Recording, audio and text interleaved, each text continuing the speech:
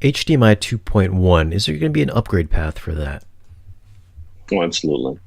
As a matter of fact, we starting about 2 years ago now, we began working with a new company specializes in HDMI, largely in anticipation of HDMI 2.1. Mm-hmm.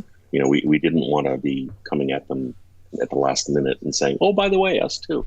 So we've started a relationship with them. We've been working with them for a couple of years now, and they, work very closely with Panasonic. Panasonic has the most advanced chipset, and Panasonic is already quite a bit further down the road in terms of developing the chipsets that'll be needed for 2.1 than anybody else.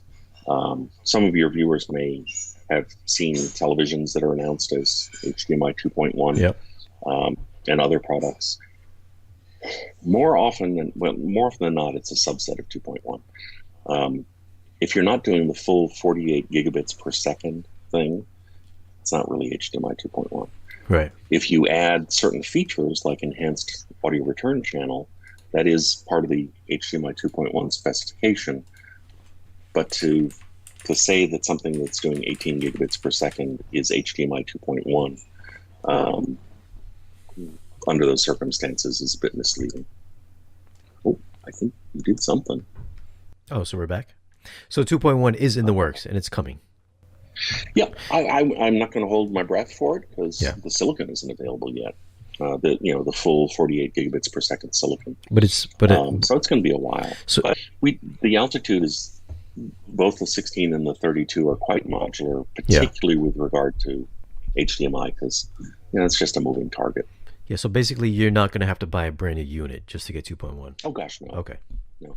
As an example, when we went from HDMI 1.4 to 2.0, the board that allowed us to do that was $700 for the upgrade, and the hardest thing about that upgrade was keeping track of all the little tiny screws.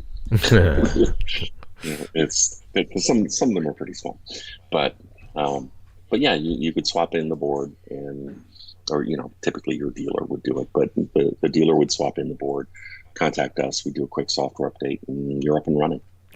Of course, if it's a hardware upgrade, I'm assuming there would be some sort of a fee for that, since we're getting some new hardware.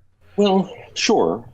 Software updates are always free, and that's incredibly cool. Yeah. But if there's hardware cost, I can tell you that there was another company that was selling the same board that we were selling, and they sold it for $2,500. Wow.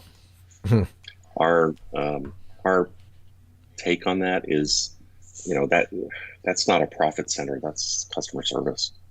People paid a lot of money for an Altitude to begin with. It's our job to make sure that remains a good investment down the road. Yeah.